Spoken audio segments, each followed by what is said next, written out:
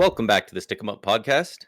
Burundi, we are in the middle of the second round. We are 3 games in, 2 in one series, 1 in the other. And it is off to a start. We're definitely going to be talking about that, especially the Eastern Conference matchup, as that one's 2 games in a little bit later. But we've got a little bit of news around the league. A couple of teams are being rather active with some coaching GM moves. So do we want to start with the big one? Yeah, I think we just kick it off with the big one, the one we talked about in great detail last episode, saying that it needs to happen. So yeah, I say we start there and work our way through. Yeah, and that one, of course, being the Toronto Maple Leafs letting go of Brendan Shanahan after 11 seasons there. The Islanders, before they officially parted ways, even a day or two before, the Islanders had been given permission to speak with Shanahan, assumedly regarding their open GM role. But do you think he goes to the Island? Like, where do you think he goes from here? What do you think the team does from here? I mean, for Toronto, who knows, that job is going to be one of the most sought after jobs by everyone out there. So, I guess what was Shanahan's official role with them? Was he like the president? Yeah, pretty much. To sum it up, yeah. Okay, team president. So there's going to be lots of people that are, naturally that are going to want that job, especially in Toronto. I mean, for Shanahan, the only thing I've heard is the Islanders, and wouldn't surprise me. There's rumors kind of swirling around that while Lou Lamoriello isn't going to be back, as the general manager next season for the Islanders, it sounds like it's starting to sound more and more like he's probably going to be with the team, at least in some sort of role. What that role is, I got no idea. So, it wouldn't surprise me if Shanahan and Lou kind of team up with the Islanders, kind of like how, Shanahan brought Lou into Toronto. Yeah, I could definitely see that. And man, it would be so funny to see just for the pure chaos of the Islanders going into this offseason having Lou Lamoriello and coming out the other side with some combination of Lamoriello, Shanahan, and Mark Bergevin or something like that. Mm-hmm. Like, if they wanted, they could bring in all of those guys and they could find roles for them. Like, yeah, I doubt Lamoriello is going to move up to be like president or something. He's probably just going to be some type of advisor, and exactly. Yeah. It'll just be he gets a paycheck to show up and give whoever he needs it insight. Like, this guy's been in the business for decades, so I was vocal-ish about not loving him at that point for the Islanders, but I do think there's a lot of value in keeping a guy like that around. Mm-hmm.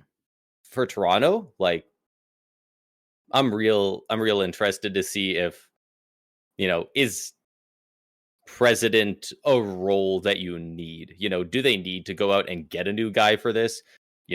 Are they going to want to already, Treliving's only been there, 2 years? Maybe 3? Yeah. Like, they're probably not moving him up and then going for a new GM, right? Like, so I feel like that's kind of a role that, until somebody has the seniority to go up into it, it probably just, you don't need a president of hockey ops. It's nice to have, but yeah, it's not one of those things that, like, you need a GM, a general manager. You need a head coach, even if it's an interim head coach. Like, president of hockey ops, whatever they're doing, you can kind of divvy up to everybody else. Like, it's mostly supervising other people and either giving them ideas or shutting down ideas they want to put forward. So, yeah, and I mean, the work Shanahan did with Toronto, like, it's not like, we were very critical of him last episode in the Leafs, and for fair reason.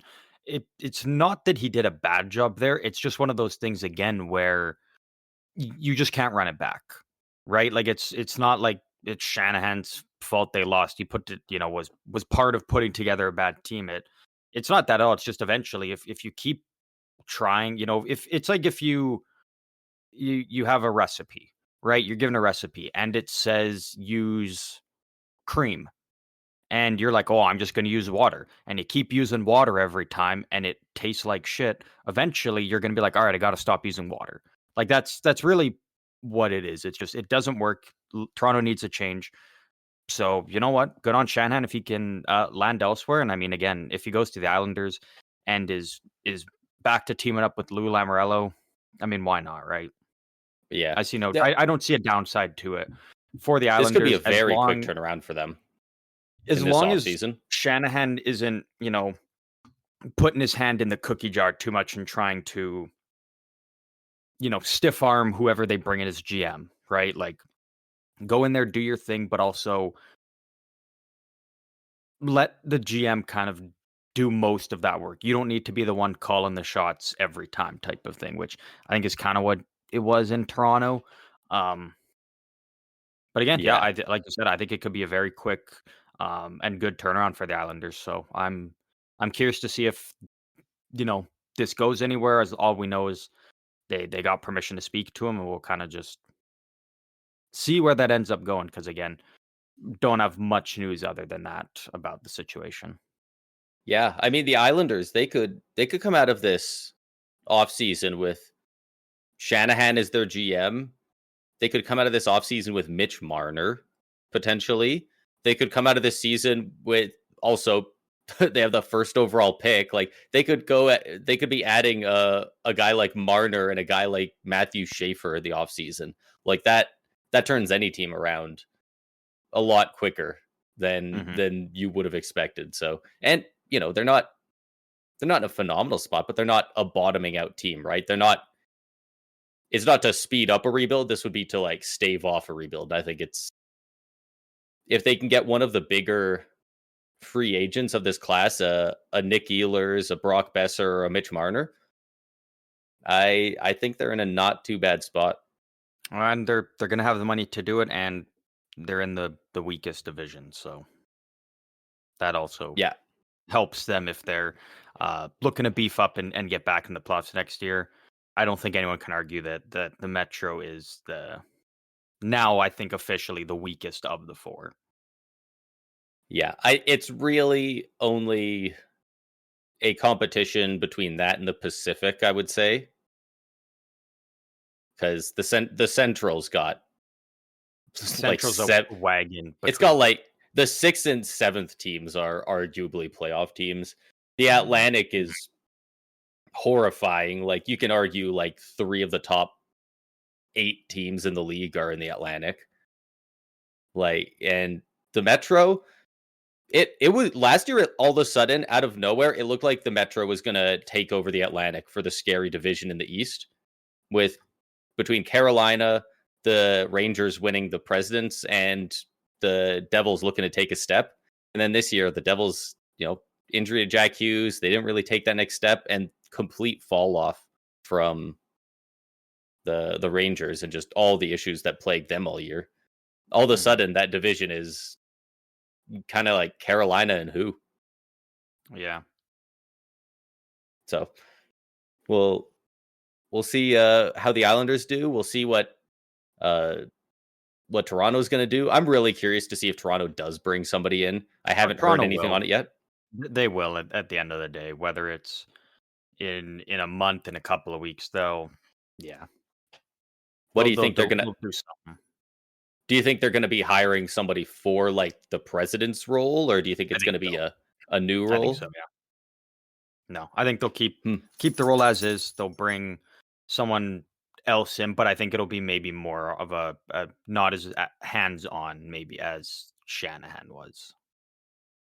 It'll be someone kind I of in don't that role, but they're not going to be as invested in trying to control the make of the team as Shanahan was. I think. yeah, you need somebody who's willing to give you help, tips, insight, but not Not stiff actually arm you and telling you what to do and not yeah, not like shutting down trades that you have made being like, "No, I don't like this." Uh, exactly, yeah. But one I guy that fully do believe they'll bring someone in. I could definitely see going to Toronto, maybe not this offseason, I don't know if he'll be available, but I could definitely see him in some type of president role in the next 2-3 years. Steve Yzerman. I don't know how long Potentially, he's yeah. got left in Detroit. They're getting pretty Yeah. restless. Yeah, You I know, think this offseason is the last straw type of thing, where he needs to prove that he can stay in this job and that it's gonna work out. Because again, how many years can you sit there and keep being like, "Well, we're in the fight, like we were close," and it's like, how many years in a row can you just keep saying, "Well, we are close, we are close." Eventually, you have to get there. So yeah, I think the Yzerman one is very interesting. Even it actually works out as a nice little segue to the next news, and that is that the Boston Bruins extended GM Don Sweeney to a 2-year deal. I think this is solely he got this because of what he did at the trade deadline. He at least gave a vision for the future. He didn't just say, we're going to try and run it. We're going to try and make the playoffs. We're going to miss. And then he blew it up. He got good assets back. They're getting a top 7 pick. You've now got, you know, you brought in 2 firsts at the deadline. You brought in a really underrated prospect. Actually, maybe even a couple. So I think that's the sole reason why he got to keep his job. There's because he gave them hope for the future, and he gave the team a little bit of a different outlook now going in and trying to retool. Because again, with the PCF, you kind of have to retool, and he put them in a good spot where, hey, maybe you can. yeah, yeah. I think they're gonna turn it around a lot quicker than I personally would like. Boston has been very good for a very long time, and it would be nice to see them maybe have a Detroit Red Wings style sit at the bottom for a little bit. But I don't think that's the case. They've still Yeah, got quite a I don't see few that good happening. players locked up for a long time, like Pasternak for 7 years, McAvoy, Lindholm, and Zadorov all for 6 years on reasonable contracts across the board. Like they've got a good core locked up, as well as Jeremy Swayman for 8 years. You know, whether that's good or bad, I guess is maybe will be determined a bit more next season. But David they Pasternak even leading in points in the World Championship. yeah, 15 points in 8 games, beating out the likes of, Sidney Crosby, Nathan McKinnon, and tied for first in goals with 7 goals in 8 games for Sweden, Elias Lindholm. Elias Lindholm, another guy. They've got him locked up for 7 years as well. So, So I mean, if they got Boston, some that's a good good pieces. They sign. get a good pick here. You know, Sweeney's one of the better GMs in the league. I really like this for them. This is a good Yeah. extension, and I think he's going to make quick work of staving off a full rebuild. It's a retool at most. Mm-hmm. And then our last little bit of news before getting into playoff talk. Do you want to take us through this last one? You know a bit more about it maybe than I do. I sure do. The Chicago Blackhawks hired Jeff Blashill as the team's new head coach. It's so interesting watching Tampa fans' reaction to this online because Jeff Blashill is our defensive coordinator. He's one of the assistant coaches for the Lightning for the past, I think, 3 years now, I believe and 3, yeah. he is in charge of a lot of the defense and specifically the penalty kill. Uh, One of the things that has made it hard for Tampa to get back to those cup finals and stuff that we were constantly going to in the early 2020s is a lot of our defensive play in the playoffs, and namely being physical in front of the net. You know, one of those things where you got to move bodies in front. You know, you got to have guys who are willing to cross check the guy out of the way so he can't make the play. And a lot of the time that doesn't happen. And I don't know if how much of it is Jeff Blashill's fault, but like routinely for the past 2 years, constantly in every Lightning circle online, Jeff Blashill was the main guy being like, all right, we got to get this guy out of here. Can we please fire this guy? Like every team, even the best teams, they have those players, coaches, whoever, that the fan base just loves to make them the scapegoat for all the issues. I don't know if it was really his fault. Maybe sometimes, but like he's the guy that people have been asking to be gone for a while, and uh, he never even really got fired here. He got hired to be the head coach of an original six team in Chicago now. So congrats to Chicago. I have no idea how he'll be as a head coach. I have no idea if maybe come September, October, for Tampa, it'll be like, oh shit, he was really helping us on that end, and now we didn't know what we had till he's gone, right? So That's exactly it. Yeah. it's very difficult to tell, but you know, at the same time, Tampa's penalty kill has been very good the past 3 or 4 years. So he can't be all bad. So Yeah, and I I like think this will be good for Chicago. Yeah, I like it for them. I mean, I guess now going into next year, you're in the third year of having Bedard, right? And the team hasn't made any progression in really improving since Connor Bedard's get there, and that's concerning after 2 years. You look at all these other teams that are getting, whether it's first overall picks or just top 10 picks or just good, highly touted prospects within their system coming up. The team is at least moving somewhat forward. Chicago, not really. So this is a big spot for Jeff Blashill to come into, and obviously they're going to have lots of money in the offseason to work with. They're going to have to do something about trying to surround Bedard with more talent, with better players that he can work with, a bit more efficiently. No disrespect to the guys there, but it's just facts. It's just the way it goes. So Chicago's kind of, I think, planning on having Blashill kind of be their guide to lead the charge with this team as they try to climb out of the basement now. They're probably, are they going to make the plus next year? Like, no, but you maybe want to see them in a position where Anaheim's at this year, right? Where they're able to at least climb out instead of picking, top 3 like they have been the past couple years. They're now, finished 8th last. And then obviously they lost in the lottery, moved back to 10. But again, it was progression. It wasn't a lot, but it was a step in the right direction. And that's where Chicago needs to go. And it's going to be on Blashill to kind of help lead that charge and put a system into the team that can help Chicago win more games. Yeah, it's very rare to see a team go from what Chicago was this year to next year being a team like the Canadiens, where they make it into the playoffs.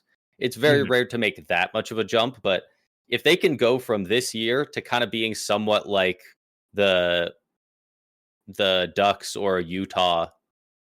I think Utah's even a bit of a stretch. Utah was a lot higher up there.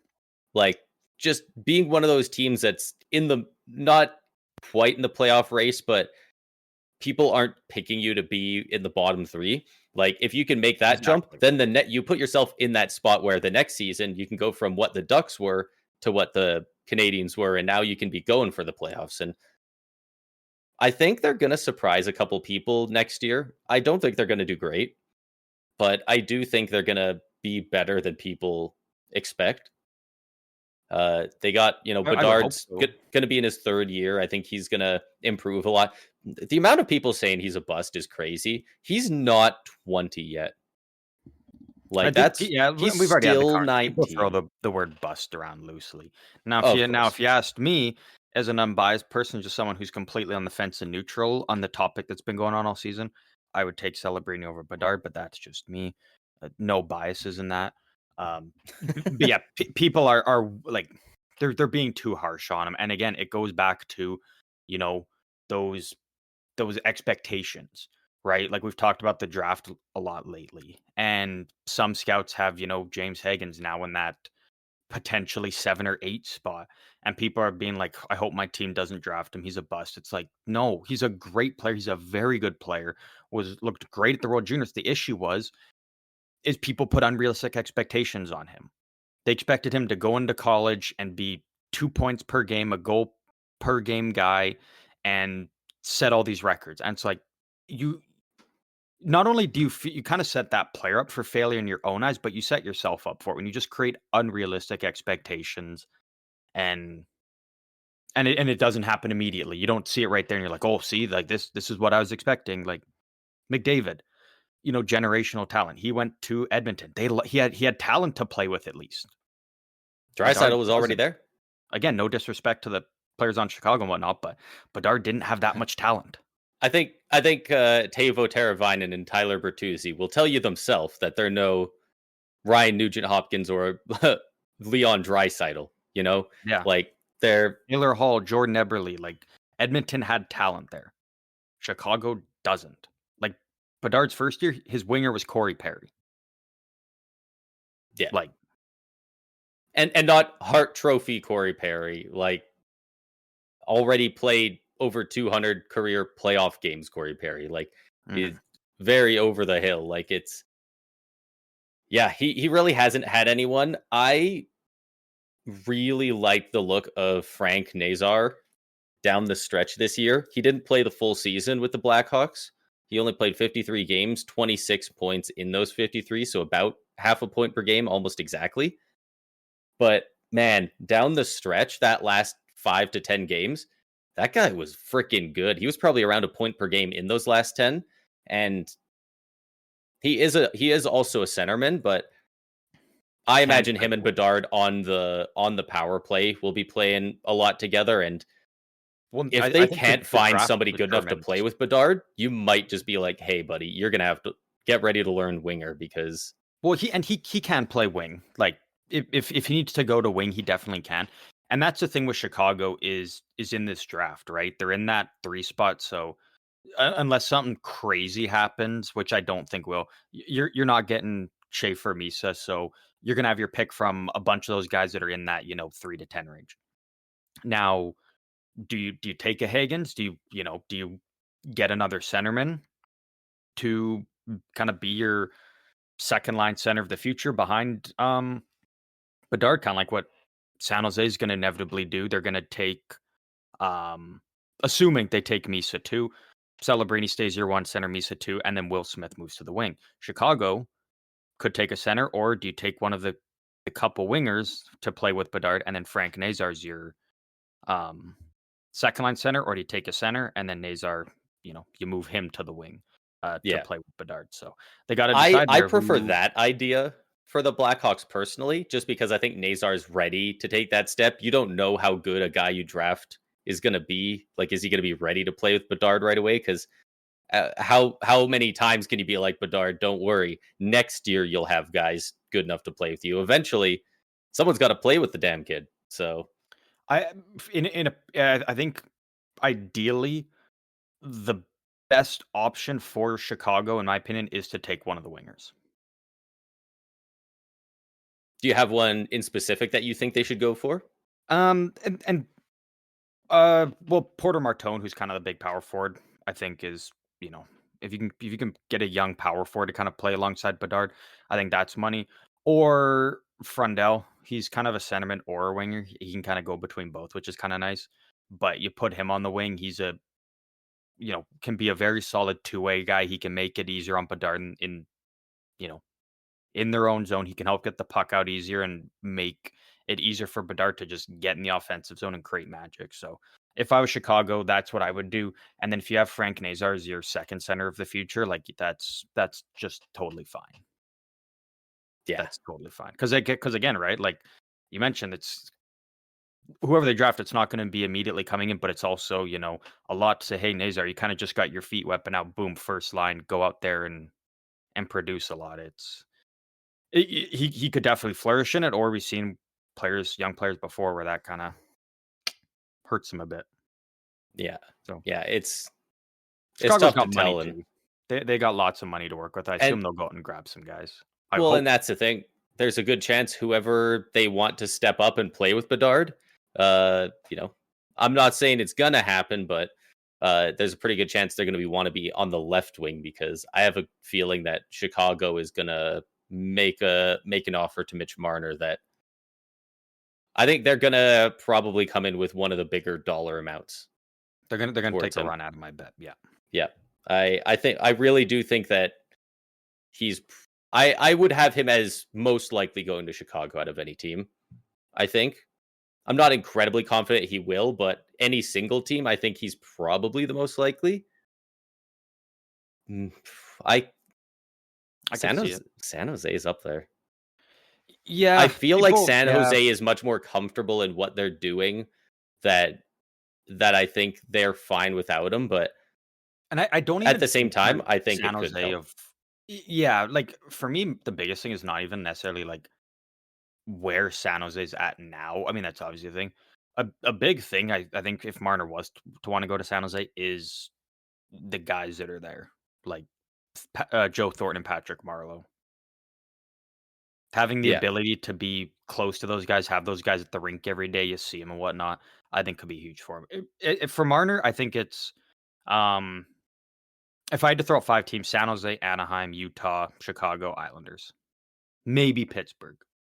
But I I think don't know if I think Marner the would wanna ones go to a sinking I ship. think those are exactly my top 5 as well. I think that was Pittsburgh perfect. makes a lot of sense because, like, Dubas is there, he gets to go play with Crosby. But, like, after years of playoff failure in Toronto, do you wanna go jump onto a sinking ship and go down with it? Like, probably not. Yeah, I don't think Marner wants to go play that. As tempting as playing with Crosby is, like, I think he knows damn well that he's, especially after doing it at the Four Nations, I think he knows that, he'll get to play with him again at the Olympics, and Mhm. it's just not worth Yeah, it's not worth throwing away losing out a next 7 lot or 8 years. Exactly. unless they had Um, a crazy offseason and like really spun it around fast. But I don't see that happening. yeah, it's a tough ask there, but, um congrats to Chicago. Congrats to Jeff Blashill on their new happy relationship. Let's jump into some playoff talk. Like you mentioned earlier, round 3 is underway. We're 3 games in. What do you want to do? Do you want to start out east, west? Let's go west first. There's only one game to talk about there, and then we could talk about the East. Uh, what was the final score? Was it 6-3? 6-3 Yeah, Dallas? yeah. And that included, what was it? Was it 5 goals in the third period for Dallas? 5 goals in the third period. Like, that's tough. Like that, and it's Not funny only that, because that's how 3 Dallas power had play to beat them. goals in like the first 5, 6 minutes. They got 3 power play goals. You Against, need last year, Edmonton's penalty kill you was need a kill, man. like the scariest thing in the playoffs last year. They weren't allowing anything on the PK, and Dallas struggled in the first and second to kind of get it going. And I mean, they came out and they dominated the third period. Yeah, they just suffocated the Oilers, and I don't know if it was the defense or if they just needed a save, but this is how you have to beat the Oilers. You can't, if you score first, they're going to come back and beat you. But if you let them score first, they don't know how to hold the lead, and you can come back on them. Like, it's bizarre. It's happened all playoffs in like every Oilers game. So the trend continues. But Yeah, I really like this for Dallas, and it's for multiple things. When we going into this series, I said it to one of my friends, and they thought I was crazy for saying it. On paper, Dallas is a deeper team. That is no disrespect to, you know, Edmonton's team and their team. Factually, on paper, looking at the players, Dallas's team is deeper. What you get on the ice, though, it can be a completely different story. And that's kind of what it's been for Dallas, where when you look at their team, you talk about like how deep they are, but then you look and it's like, okay, we're going into the third round now, and Jamie Ben's only got 1 goal. Tyler Seguin's only got 2 goals. Matt Duchene hasn't even scored yet. And then look at that. Seguin goes out there and scores a great, one-man effort to score Dallas's first goal of the game. Miro Heiskanen got his first goal since coming back from injury, which was awesome to see. And then Matt Duchene, he gets his first. Tyler Seguin gets another one. Like, in a game where Dallas wasn't going to win unless their depth stepped up and got it done, they wouldn't have won. And they got it when they needed it most. So it'll be interesting to see if that kind of can roll over into the next game. Is this going to start, now that Duchene's got that monkey off his back, he's finally got a goal. Seguin, who throws everything on net, and he got a couple.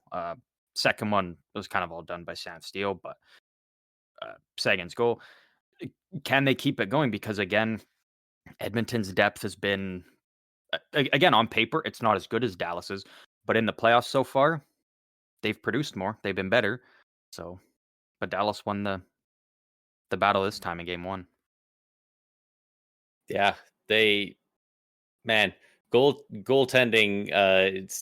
You can't not talk about it with Edmonton. Like, who was the goalie for Edmonton in that game? Was it? It was Stuart Skinner, right? Oh yeah, well, it was Skinner. Yeah, Yeah, yeah, he's their guy now. If you switch and you go back to Pickard, you can't touch Skinner again. yeah, yeah. And I wouldn't say it's all on him, but because so many power play goals. But you know what? You also love a save. I don't fault him on the. I mean, it's hard to fault him on. It's hard to ever fault a goalie on a power play goal, really. But on this, like the Heiskin one was a perfect shot. Skinner was screened. The Granlund shot, one of the best shots I've ever seen. Like that was just insane. That shot.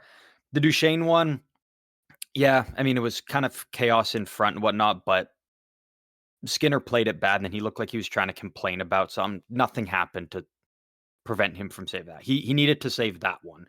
The second Sagan one, great move by Sam Steele, and then it hits Sagan and goes in. So the biggest one is the Duchesne one, and unfortunately, that's the game winning goal.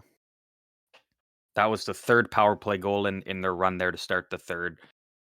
Between the 5 he let in, because Lindell's was an empty netter, I do fault him on one, and it was the game winning goal.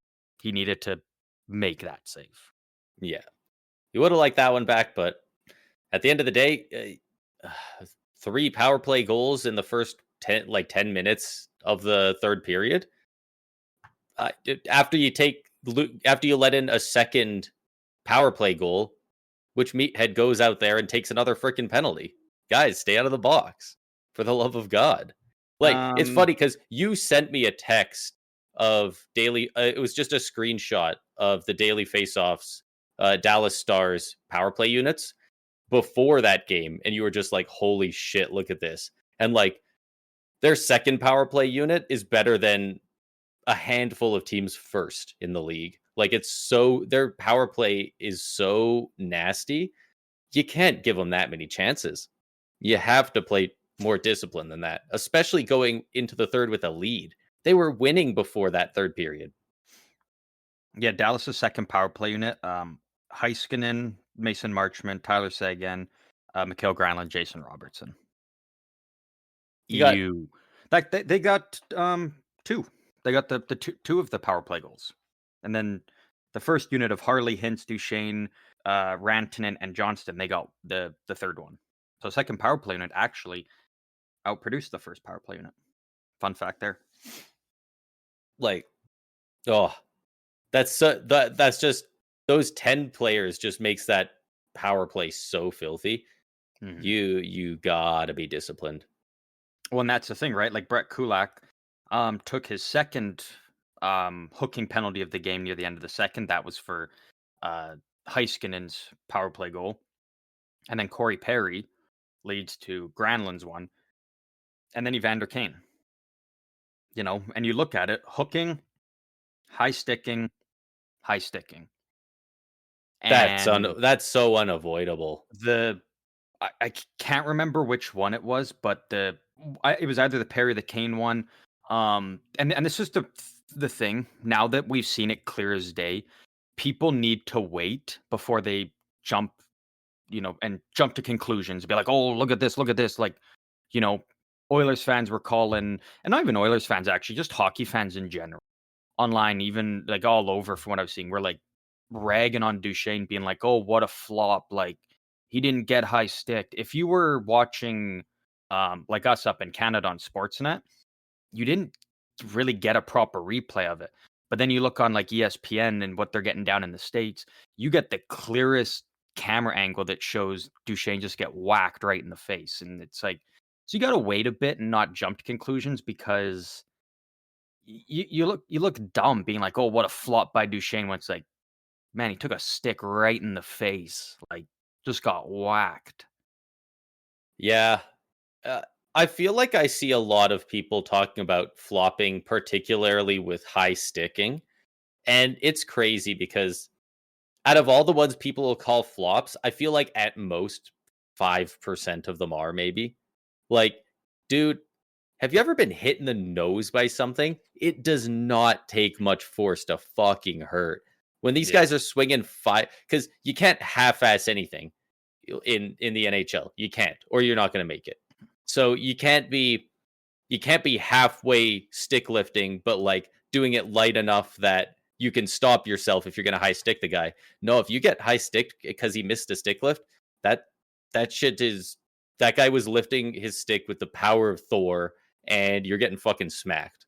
Yeah. And like, and there's all these slow motion replays now, so they'll see the guy get fucking wailed on, and they'll see him like, wait a second, because humans are not, we're not all the Flash. Like, it takes a second for your brain to register when you're watching back at, 500 frames a second, Hmm. and then the guy like after a little bit kind of moves his head back. It's like, oh, see, he was selling it. It's like, no, it's because you're watching it in slow motion. That's how it works. Like the amount of people who just don't seem to understand how slow motion and like flinching when shit goes near or hits your face just kind of is mind boggling. But Yeah, like again with how this Dallas team is, and again they're two power play units. You can't be taking three stick infraction penalties like back to back to back when they're just pumping in power play goals on you like crazy. Eventually, you gotta clean that stuff up. That can't be something that comes up again at all in this series. Like this was Edmonton's one, kind of. I don't even want to say freebie, but like this was their one. Like, all right, this happened. You learned from it. Can't do that shit no more. yeah, Because aside from the penalty troubles, I thought Edmonton looked really good. Like they were playing a they really good did. game in the first two periods, and they gave Dallas that momentum, and they couldn't get it back at that point. And that it's tough to do again. Like you're down 3-1 the Stars, and then before you know, boom, boom, boom, just like that. Wow, we have the lead, and then you're just rolling. And I give Dallas a lot of credit for just keeping it rolling. They didn't just sit back; they just kept rolling. Um, but like if you're Edmonton, I mean, this was your game to win. It it sucks not winning this one, but you can easily go out and win game two, and then go back home tied. And going into the series, if you told them that, they'd be like, "All right, that's fine with us. That's a win to even it out in Dallas and go back home and Yeah, win two there and go up 3-1." yeah. So they're, you know, you're not you're not in trouble until you lose at home. But Mhm. also, if they lose this game and then lose at home, now they're down 3-0 or 3-1. So And you it's not to you don't say want that to you don't want Edmonton to leave it can't. until you're at home. So Yeah, and it's hopefully not Edmonton can take Edmonton game two. can, come back from down, even 2-0 or 3-1 or whatever. But it's gonna be a lot harder because this Dallas team is much better than what LA was. Yeah, This is not a team that you wanna go down and be like, "Oh, we can do it. We did it in round 1." It's like, this is a much different team. You don't wanna get in a hole, and so, for Edmonton, yeah, it's just go out there, get the job done on the road, win game 2, take it back home, and at the very least, just split it. If you can win both, great, but even if you're going back to Dallas game 5 and it's tied up 2-2, you know, you just need 2 good games out of McDavid and Draisaitl, and that's probably, um, a series win for you and off to the cup finals, so. yeah, yeah. Gotta Any stay out of the other. box, get the top guys going. But Yeah. that's really it. Like you can boil every Edmonton series down to it. Yeah, yeah, you really can. Anything else in this game that you wanted to touch on? I mean, how many points did Rantanen have in this game? Ranton, I believe, yeah, just 1 assist. One assist, and they still had 6 goals. Like Yeah. a guy who we know can take over games and series, and you could win 6-3 when he's putting up a single assist. Like One thing I That's actually do want that's to crazy because he's not going to have a ton of down nights. So mhm. for the rest of the team to capitalize when he is, that's what winning teams do. Yeah. One thing I want to highlight because again we talk about these trade deadline acquisitions and how teams that made big moves are thriving with it. Like we talk about Rantanen, didn't had a good game still. Like it's not like he was bad, but Yeah. Mikael Granlund, I mean, 1 goal, 1 assist. They were both power plays, but still 2 points, 4 shots on goal, 5 hits, 3 blocks. He was tied for the team lead in blocks with Thomas Harley, and he led the team in hits with 5, and then second on the team in shots on goal in 17 minutes of time on ice. So that would say a great game by Granlund, and again, showing that uh, if you want to do good in the playoffs and you want to win some games that maybe you wouldn't, make moves and bring in players because again, the teams that made these moves is they're seeing the benefits of it. And the teams that didn't, well, they're not in the playoffs anymore. Yeah. Yeah. They So got to make great game those by adjustments. Granlund. Great game by Ottinger. Yeah. Granlund is obviously because Mika Rantanen is such a huge name, but Granlund was such a good pickup by Dallas. What did they give up for him? A first and So it was a first and a conditional fourth, and that fourth jumps to a third if Dallas makes the Stanley Cup final. And they also got Cody Ceci as part of that deal. Cody Ceci was yeah, included. like that's a great deal for Dallas. Like I definitely don't mind on the side of the Sharks either, but like that's great value. So it's looking great for Dallas. Even if it's a rental, I mean you're getting great value out of him throughout the end of the regular season and now in the playoffs he's playing at one of the highest levels, if not the highest level he's ever played in his career. Um, so yeah. Good game by both teams. Really, it just came down to those penalties. That's the biggest difference maker in this. So I don't got Yeah. much else No, that's about it. on other than that. The Should we jump over to the East. East then? The East. This one we have two games to talk about, but uh it even though there's two, it feels like there's kind of less to talk about because it's pretty one-sided so far. Florida is currently up 2-0 in the series now. They beat the Hurricanes 5-0 earlier tonight and 5-2 in game 1. In Toronto's last 4 wins, so going back to Toronto, games 5 and 7, they've outscored their opponents 22-4. Are you, sorry, you talk about the Panthers? Yeah, their last Okay. 4 wins in the playoffs. Yeah, like they're just playing so well and these other teams can't score on them. And we were saying going into the series, like the Hurricanes, they just do not match up against this Panthers team. It Mhm. just the way they play, I cannot imagine them scoring many goals. And not only can Florida score, but they can defend just so well. And oh, I'm not feeling good about either of our picks. I'm pretty sure we both picked the Panthers to win in 6. Fuck, just I mean, you're not in trouble till you lose at home, but Carolina's now 14-0 or 0-14, sorry. In their last 14 Eastern Conference Finals games. I think by the end of this series, it's going to be 0-16. I think they might get swept.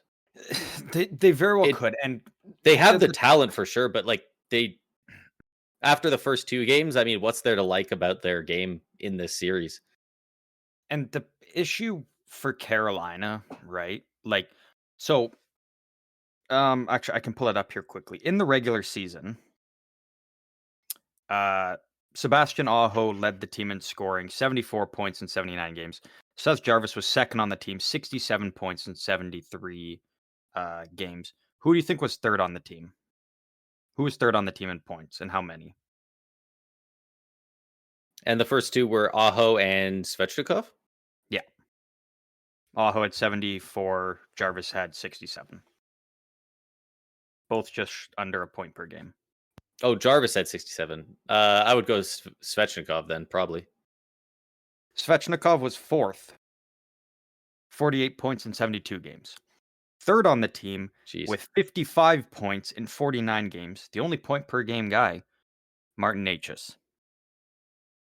Martin Necas, Yeah. who is no longer on the team because you traded for Mikko Rantanen, who is no longer on the team. And when they traded for Rantanen, they weren't. I mean, you were trading for Rantanen because, again, when we talk about Carolina, they don't have that star player, right? Like they're always one of the top teams in the regular season. They're always in the playoffs and winning at least a round. When we did our top 50, now if we revisit it, Jacob Slayton would be on there and much higher for his defensive game. But we only had Aho on there, and he was pretty close to 50. They Yeah. traded for Rantanen, and they traded for Rantanen, not only for the star player, it wasn't for New Jersey, it wasn't for Washington, it was for that inevitable matchup on Florida or whoever, because Yeah. again, they're a good team, they're a deep team, but they don't have that superstar level player Yeah. They that have can. elite players. They don't have game breakers. Like, Exactly, and Florida's got numerous of those. Dallas has numerous of those. Edmonton, they have their guys. and they've got Carolina the doesn't, best one. and Yeah. that shows when they're going out there and immediately off the jump, they're just getting pounded by Florida. They don't have that guy that can grab the puck and wheel and go and get one and be like, "All right, there's one. We're right back in the fight now. Let's keep it going." They don't have that. Again, they have really good players, but they don't have a player of that level. And that's what, for me, that's the biggest separation between them and Florida. Is when Florida gets going, has momentum, they don't have anyone that can try and grab that momentum back for 'em. They kind of just keep getting rolled on, and eventually the game is over. Yeah. And not only that, but just the play styles are so insanely different. Like, I oh, who's the head coach? Is it still Brindamore? Is it Rod the Bod? Yeah, I don't know if he's a cup winning coach. I don't think I people are I gonna think like he is. that take, but I don't think the way he's got this team playing, I if you add a The Mikko Canes team Rantanen, isn't I good don't enough. think that team can win still. This Canes team isn't good enough though. I don't care if you bring in Paul Maurice, John Cooper. This Carolina team is not beating Florida, and then they're not going on to beat a Dallas or Edmonton because they just don't have that star level talent. Again, I don't very good know. team, but the talent is it's not there. I think if they have one of those coaches, I think they might be able to. If I'm Like honest, like they I had a they won all regular season long because of the system they had. but They that's rolled over regular New Jersey. season. They That's rolled not. over but they rolled over It's New Jersey. almost They two rolled different over sports Washington. It because is, but they're not playing because they get to play down to teams that have less talent than them. it worked against New Jersey, it worked against Washington. Because If those aren't teams you have to beat to win the Stanley Cup. You still have to beat a Florida or a Toronto or an Edmonton Oilers or a Dallas Stars. Like just if just going in because just because you beat the Ottawa Senators doesn't mean that you're going to go on the cup run, right? Like I just don't see a team where at the end of the regular season, on the guys still actively on your roster, your fifth highest score is Jack Roslovic, 39 points in 81 games. I think under a different coach they would also have much higher numbers. They play a very stingy style. Like it's But then not their quite Barry defensive numbers Trotz, would crumble. And that's how they, uh, you know, I think there's win ways games. I think there's ways that they could increase their scoring a very good amount and only lose a little bit of the defense. I don't think it's you have to abandon your zone for offense. I think I there's do a way they'd be agree. able to get the bust to both worlds, and I don't quite see it from Rod the Bod right now. I just Not saying it's his again, fault. Like I don't think I it's just his don't fault. I see think a he's a great good coach. enough I just don't. roster. Yeah, This just doesn't scream like. Yeah, I look at this team. I'm just like, man, this doesn't scream. Yeah, this is a Stanley Cup winning team. And maybe it's partially due to the fact of how much cap space they have, which I fully expect them to go crazy with in the offseason because, again, if you just keep getting rolled in whatever round it is in the playoffs, like you need scoring. You need those guys. So whether you go out and you just throw 13 mil at Marner because you have the money to make it work, you already got all your guys locked up. I just, again, this team just isn't deep enough. Well, no, it's deep, but in terms of, I guess, the top end skill it just is severely lacking with this team, and that's the biggest difference maker. How long? Do you know what year Sebastian Aho was drafted? What year he was drafted? He would have been 20. Oh, he was part of the 2015 class. He was in the second round. Man, what a stacked draft class. Rod Brind'Amour has been the head coach of the Carolina Hurricanes since 2018. He was an assistant before that, all the way back to 2011. A lot of these guys on that team, we've never seen them play at the NHL level for anyone else. Who knows? Svechnikov might be a 95, 100 point player under a different coach. You know? At least not from I'm what not I've seen saying right I'm now. not saying he is. I'm saying, Tortorella leaves and all of a sudden, wow, that's back-to-back 4-point games for Michkov kind of thing, Yeah, Tortorella's a different story than Brendan Moore. Yeah, but you could visibly see how much of a defensive system they play with Brind'Amour. He's back when he played in the league, like as a player, he won back-to-back Selke trophies. They, maybe Aho is that guy. What's Sebastian Aho's highest scoring season? Not this season that we're still sort of in. Last season, in 78 games, he had 36 goals, 89 points. 89. He's only 11 away from 100. Under a different coach, he could be 100, 105 point player. Again, at the end of the day, Sebastian Aho is not a player that takes a game over. A new coach doesn't turn him into a game breaker. If he wanted to be a game breaker, he would have went out and done it in game 1. He would have went out and tried to do it in game 2, but instead they're down, in the game. They get a power play to try and get one back, and instead he's out there tripping guys and hacking guys, and I'm looking at the puck. It's like, by that point, you're on a power play chance to get back in the game. He'd already packed it in. He was more focused on the chippiness and trying to get back at Florida than trying to help his team score. And again, could he be a 100-point player? Absolutely, but I think he can also be a game breaker. To show that he could, go out there and do it. And could he do it? Potentially, but has he? No. I would. A lot of those guys have been there for a long time. To prove me wrong, 100%. But I'd love to see them. What this team could do if they did have a different coach. Maybe it would fall apart. Like maybe a ton of these guys aren't as good as they are playing right now. Under him, it's hard to say, but there's a lot of those guys that it's often a narrative that they don't have the game breakers there, and maybe it's just not a friendly system for that kind of play. Brendan Moore is going to be there for a while because he did sign a 5-year extension, almost to the day last year. So he is still locked in. He's locked in long term as their coach. Could they easily fire him after this year? Absolutely. But again, I don't put this on him.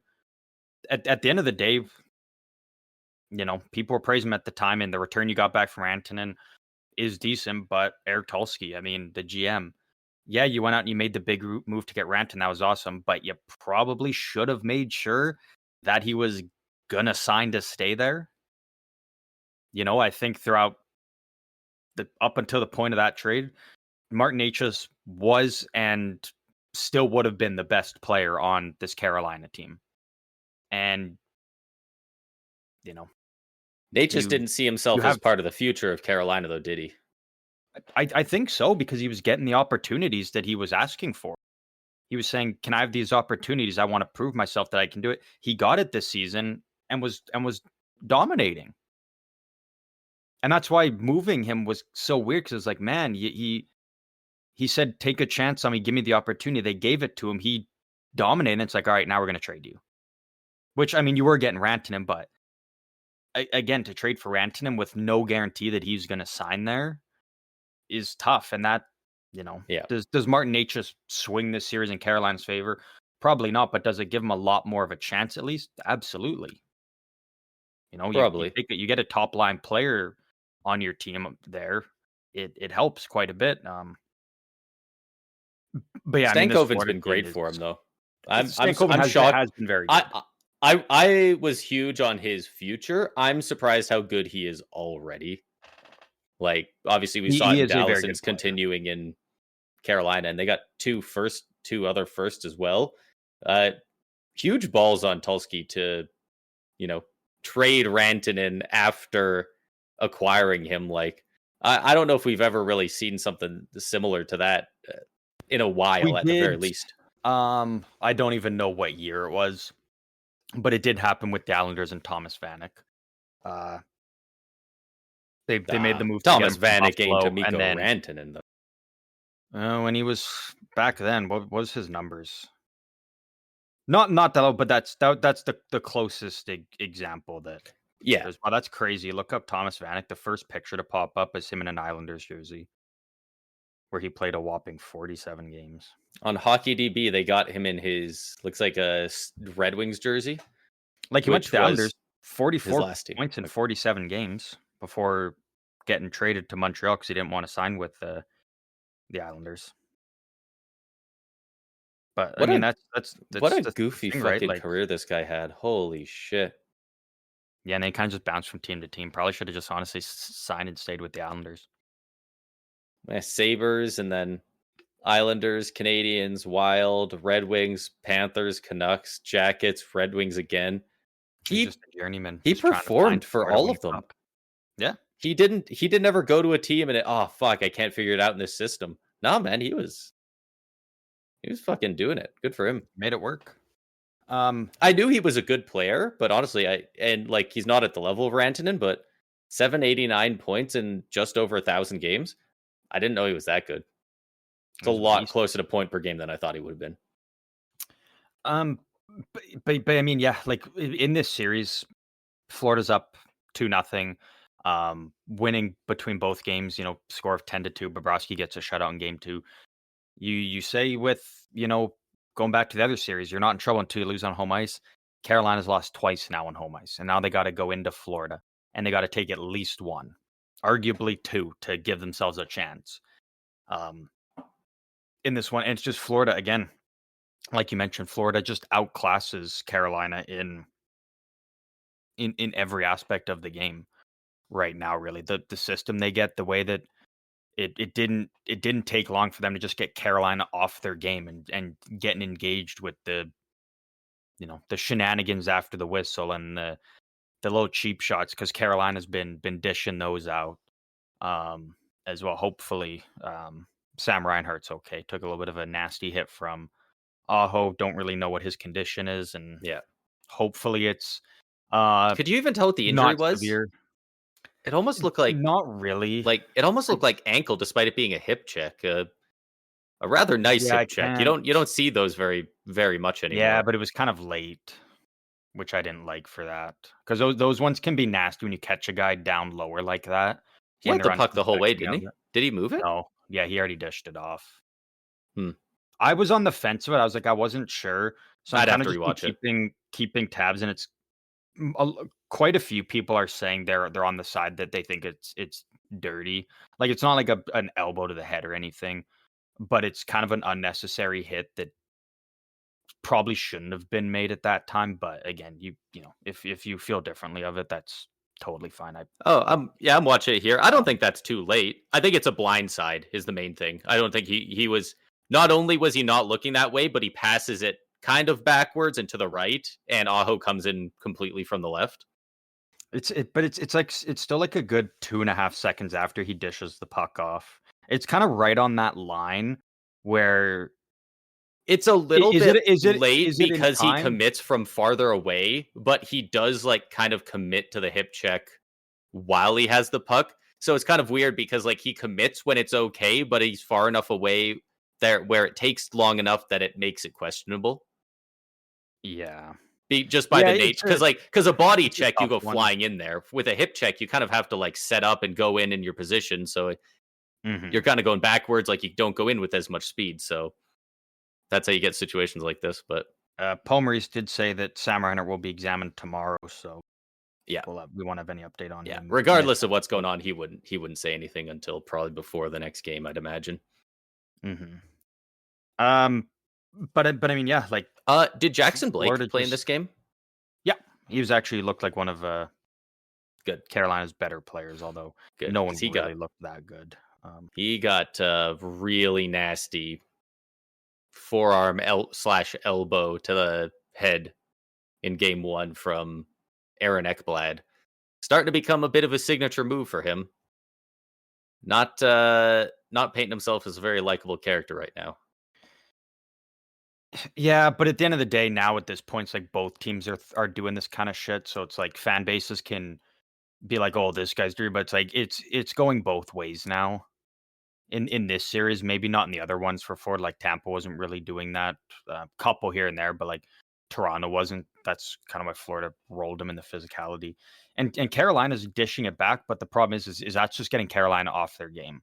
Like that's just feeding Yeah, right into what Florida wants. Just have Carolina break down, and that's a big reason why Florida just kind of steamrolled them in the first period. And then by that point, you give Florida a 3-0 lead after one, like that's game over.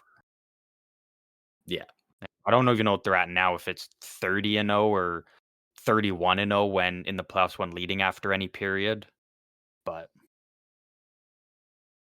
yeah. You you got to get can't out on this run team way up. early, and yeah, that it's this Paul Maurice and these Florida Panthers just put you in a lose-lose scenario, basically, no matter what you do. Like, Mhm. what are you supposed to do? Go out there and get off your game and go play their game, and they probably beat you, or play your game, have your star players injured, and then lose. Like Yeah. it's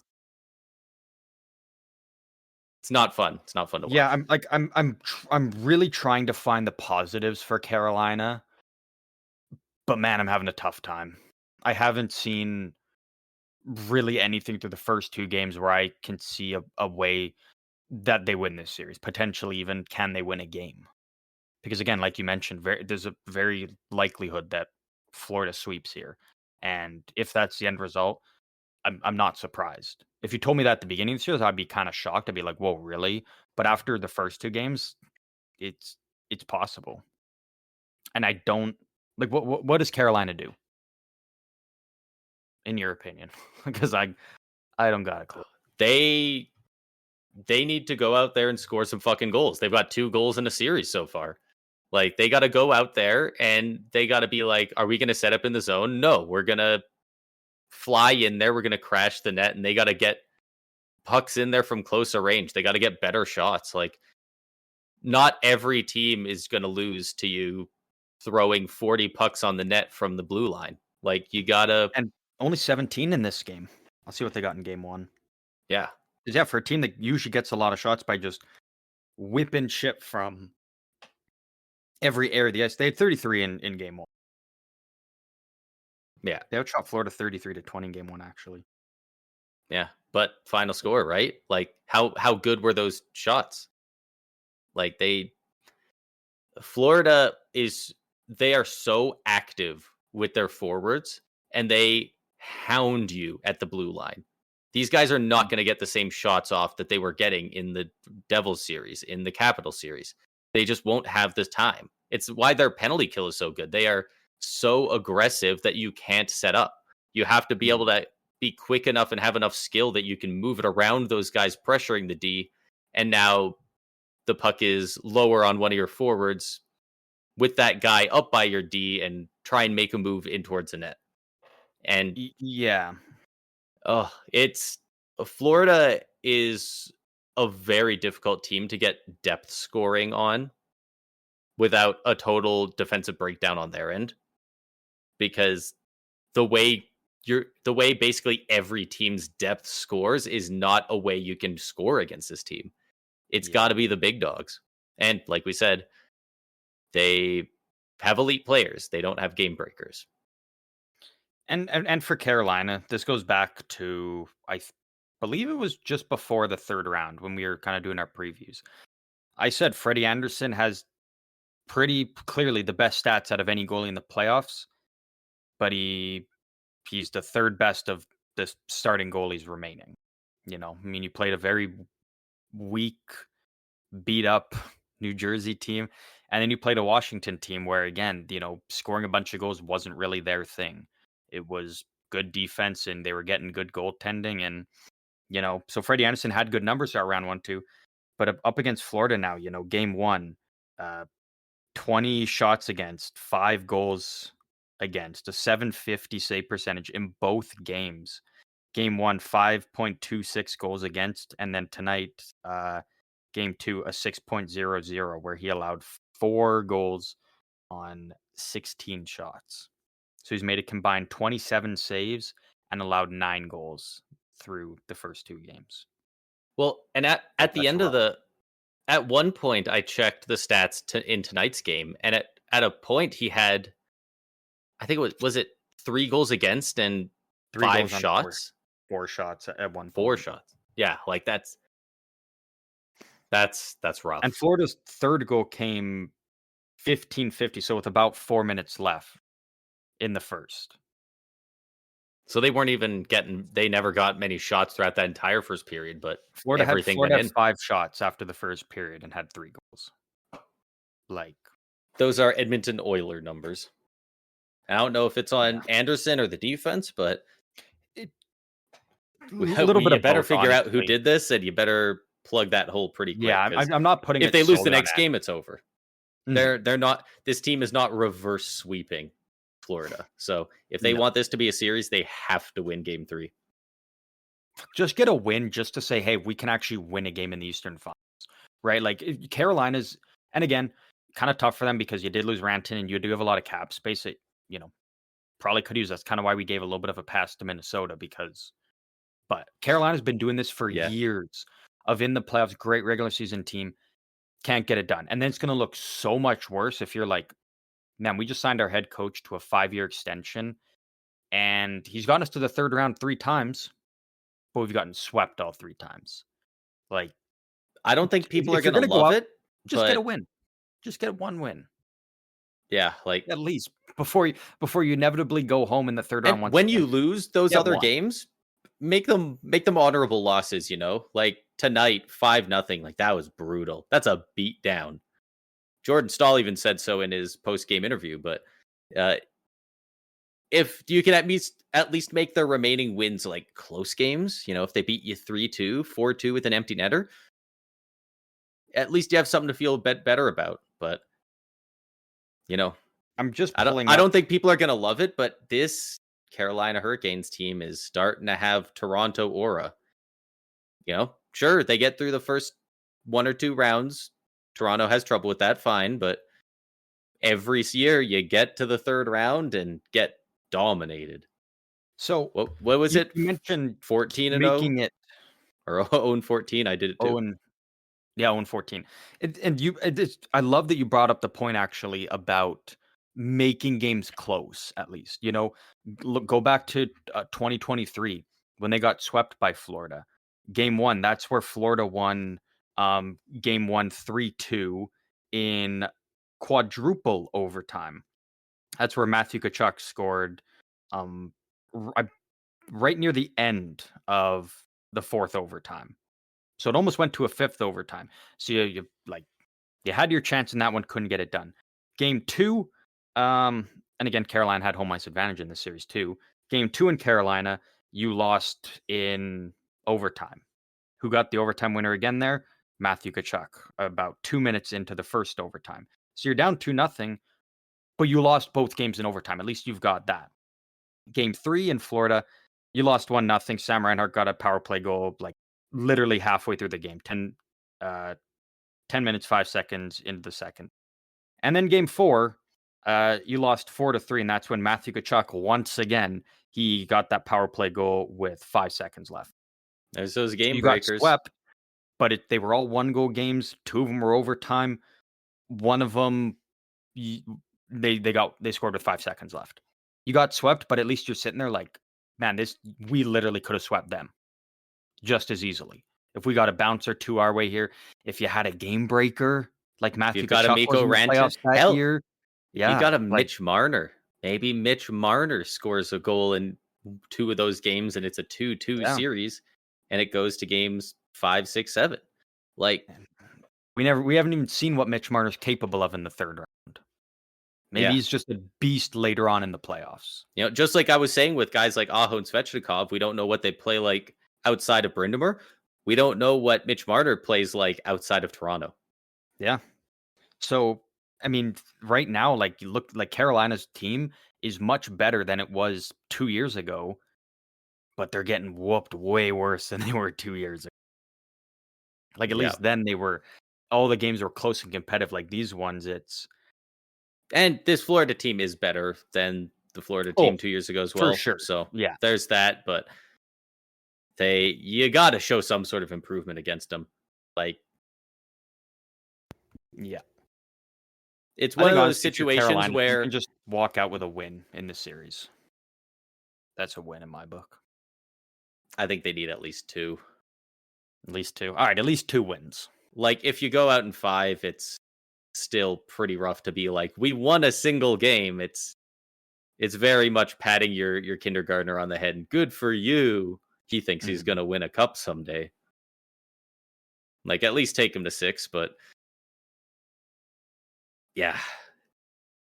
I just watching them, it's like they've just been dismantled by Florida. They don't look like the same team that they did earlier in the playoffs or in the regular season. Like they're in shambles right now. So, and now they're going into the belly of the beast. They're going into the lion's den in Florida. So it's not an easy building to play in.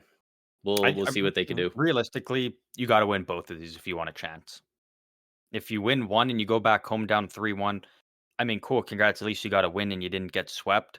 But if you're down 3-1 in the series against Florida, I doubt they're winning 3 in a row. there's a beat chance. them, yeah. I'm not going to say it's impossible, but it's like a 1% chance. Yeah. You pull off the miracle, right? So I'd love to see it, man. Those are so fun. But yeah, those are like doesn't look likely. mhm. But There's we always also hope, didn't think but- it looked likely that Edmonton could do anything against them after the first 3 in the finals last year. And obviously, this team doesn't have McDavid. Only one does, fun fact. But, they came back and they made it as close as possible without completing the comeback. So, yeah, anything's was wild. possible, but they got to win next game. And realistically, they probably got to win the next 2 and tie up the series. Yeah, I'm right there with you, and we'll obviously be coming back to both these series at the beginning of next week. We are at the end of the episode. Braden, it is time for a fun little segment here. The one I got here for you today, we're going back to an old classic, one we haven't done in a little bit. We are going back to Guess the Player. Ooh. For those who are new here or don't remember this one, pretty simple. I have one random NHL player. This one, again, because I was lazy, I just asked ChatGPT, give me a random active NHL player.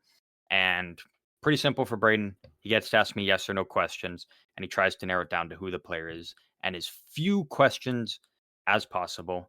And to spice things up today, because I'm feeling generous, because I just want to have fun with it to start it out, you're going to get one freebie to start this one off. And it doesn't hurt your cool guy points either. You get one freebie to guess any player you want to start it off. I just get to guess a player. Yeah, and it doesn't mean it's an automatic loss for you because, again, as the rules go, you only get one guess at the player. But to start it off, I will just give you a free blind shot out of any player in the league. Okay, so the whole point of this is to guess right now with that. You're not saying, like, in 5 guesses, I get a guess, an educated-ish free guess. Okay. Mm-hmm. Yeah, just firing off here. You have no knowledge of it, no hints, nothing. I assume you went to ChatGPT and, like, you got the player and, like, you know who this is. You've confirmed it's an active player and whatnot. Oh yeah. All right. Do you mind giving me how easy you think this player is? I know we did this last time. Like scale 1 to 10, how obvious is this? McDavid being a 10 out of 10. I think I can't just a even think nice, of a guy who's 1 out of 10 because they're hard to think of. like just a nice 5, honestly. Pretty basic, but Middle of the road. Okay. I respect it. I think out of players that would be going through your head right now with no knowledge of anything, yeah, I'd say about a 5. All right. All right. Let me hit you with a guess of Keandre Miller. Well, that's a wild guess. No, it is not Keandre. Ugh. But I respect the guess. I was gonna go Ryan Lindgren, and I was like, he'd probably be a little tougher because he was in and out of lineups. With that though, we can get underway. And if you care about it, your record is 8. My record is 8. Excellent. I want Back to at in least be at March. 8, if not try and beat that. All right. You can So start we're it off going. anywhere you like on trying to narrow down the position, the team, the contract. And what were the rules? Did they have to be yes or no questions, or was it Pretty like much, this or yeah. that? Right, Yeah, pretty right. much, yeah, So I would yes or have no. to say like, are they in the Eastern Conference? Not are Yeah. they in the East or West? Yeah. Okay. I mean, I guess like with those this or that, where it's like one or the other, it's basically the same thing. I guess yeah, that's different than being like which division, because now it's Yeah, you can't tell me exactly. because now it's 4. Yeah.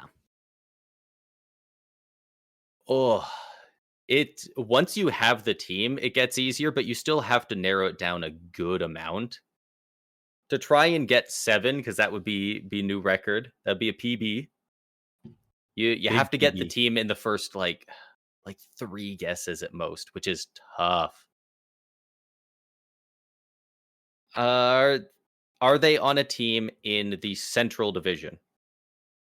No, Damn, they are not in the Central. brutal. Are they in the Atlantic Division? They are in the Atlantic. So Okay. again, same as usual. You could have just asked West. I'd say no. Then you could have asked Metro. So you're still good there. I'm on pace. Yeah. Okay. So they're in the Atlantic. Who all no, that's only one. Did their team make the playoffs this year?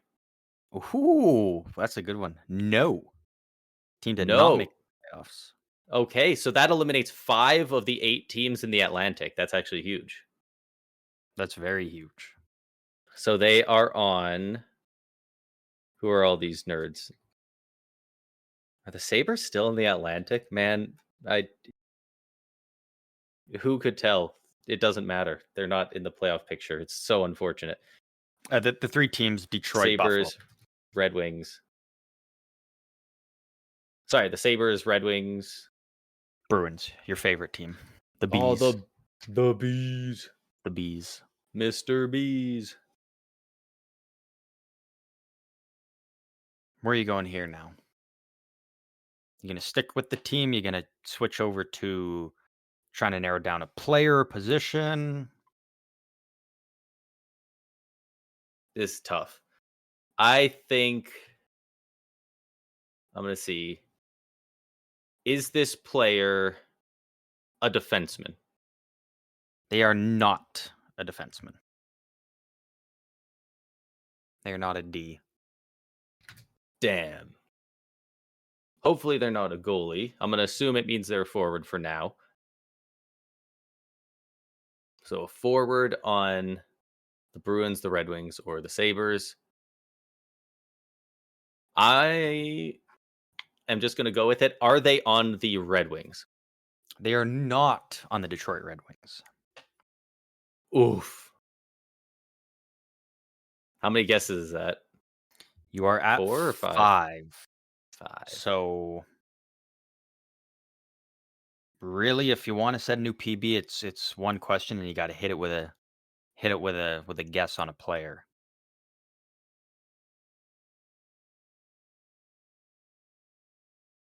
Between Boston and Buffalo.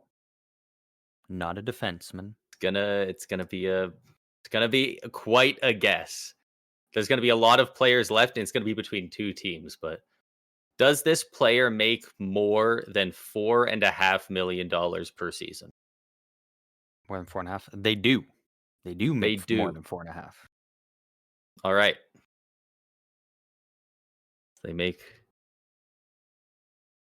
more than that. I got my little notes here, writing these down. So if I want to set a personal best, I have to guess it here. And You all I gotta have to fire go it on off is here. it's either a Sabre or a Bruin. They don't play defense, so it could be a goalie. But it's probably a forward. And they make more than 4.5. Yeah.